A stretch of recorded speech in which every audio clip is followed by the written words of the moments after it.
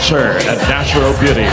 Known for its resilient people and strong sense of unity, the region reflects the courage, perseverance, and enduring spirit of its communities who have continuously risen above challenges. Blessed with stunning natural attractions, Eastern Visayas is home to the historic Leyte Landing Memorial, the beautiful islands and the landscapes of Samar and Leyte, and the breathtaking sandbars of Cangaman Island. The region is also known for its rich marine resources, vibrant traditions, and colorful cultural festivals. Driven by resilience, faith, and determination, the people of Eastern Visayas continue to embody strength and hope in every challenge they face. United by a total of 950 delegates, consisting of athletes, coaches, personnel, and officials, showcasing heritage, unity, and excellence.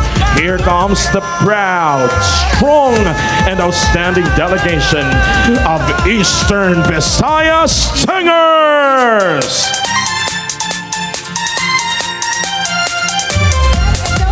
Is headed by the Regional Director, Celestiano T. Jimenez, and Assistant Regional Director, Marilyn B. Yao. Coordinated with the support of Provincial Governor Harris Christopher Ongchuan, City Mayor Raymond Casino Uy, City Mayor Dexter Uy, Provincial Governor Damian Mercado, Provincial Governor Ralph Vincent Evardone, City Mayor Jose Carlos Cari, City Mayor Alfred Romualdez, Municipal Mayor Benjamin Bongos Jr., and City Mayor Luz Mercado. Ito na ang sandali, oras ng itabi. Palarong Pambansa, sabay-sabay ang sigaw. Oh, oh. Abuti ng pagkatok, the ultimate dream of the now.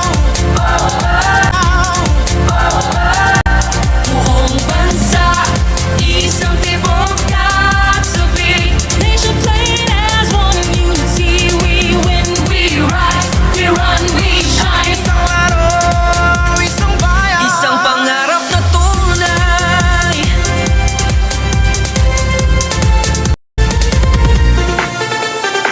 Pawis at luha, pagkatalo'y aral na gabay. Gilas ng kabataan, pag-asa ng ating bayan.